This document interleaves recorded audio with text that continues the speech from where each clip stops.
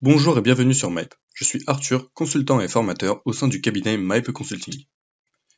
Dans cette vidéo, je vais montrer les techniques modernes d'exploration des données dans Power BI. Ce sont toutes des fonctionnalités fréquemment utilisées pour créer un rapport.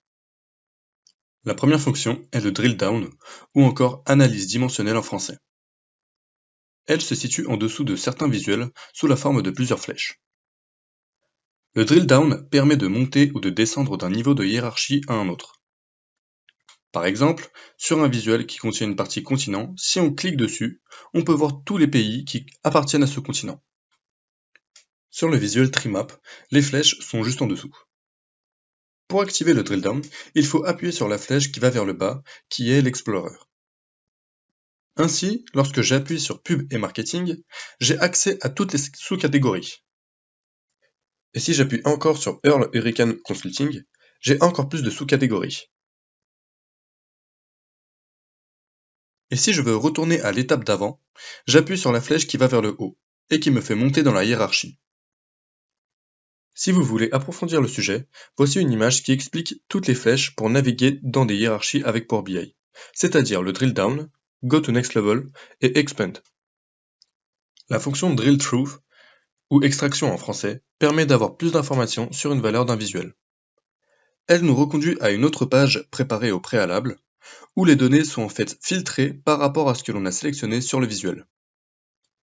Si je veux voir les films qui ont été regardés dans les années 70, je fais un clic droit sur la valeur qui correspond aux années 70.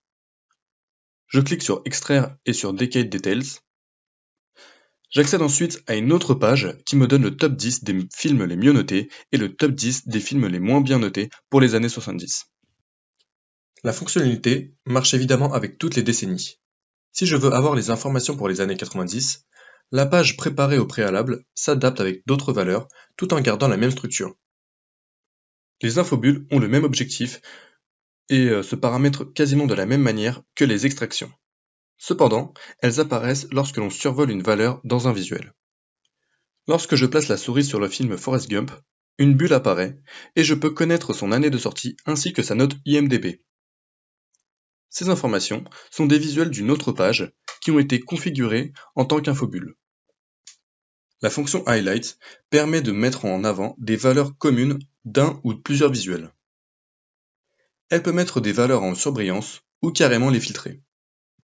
Lorsque j'appuie sur la partie qui correspond au XXIe siècle dans le graphique circulaire, le visuel en haut à gauche met en surbrillance les films du XXIe siècle en les faisant apparaître avec une couleur plus foncée. Cela signifie que contrairement au filtrage, les éléments qui ne sont pas en commun apparaissent toujours sur ce visuel, mais ne sont pas mis en avant. A l'inverse, le visuel en haut à droite ne conserve que les données du XXIe siècle, et se débarrasse des autres données.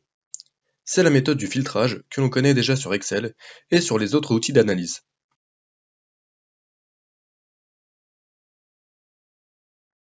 Le visuel question-réponse permet de poser une question en anglais et d'avoir la réponse sous la forme d'un visuel.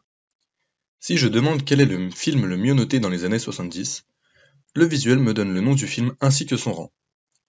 Enfin, on va passer à la dernière fonctionnalité de cette vidéo, qui est l'analyse. L'analyse est possible que sur les visuels de type courbe. C'est une fonction qui permet d'expliquer la hausse ou la baisse de la courbe sous forme de visuel. Par exemple, sur ce visuel, je remarque une hausse. Je fais tout simplement clic droit sur la courbe et ensuite Analyser. Ensuite, il y a une fenêtre qui s'ouvre et qui me donne plusieurs explications. Ces explications peuvent être des diagrammes en barre, des nuages de points, etc. En description de cette vidéo, j'ai mis les liens utiles permettant d'apprendre à configurer ces différentes techniques. Nous abordons ces cas lors de nos formations Power BI en présentiel ou en distanciel. Merci d'avoir regardé la vidéo, à la prochaine!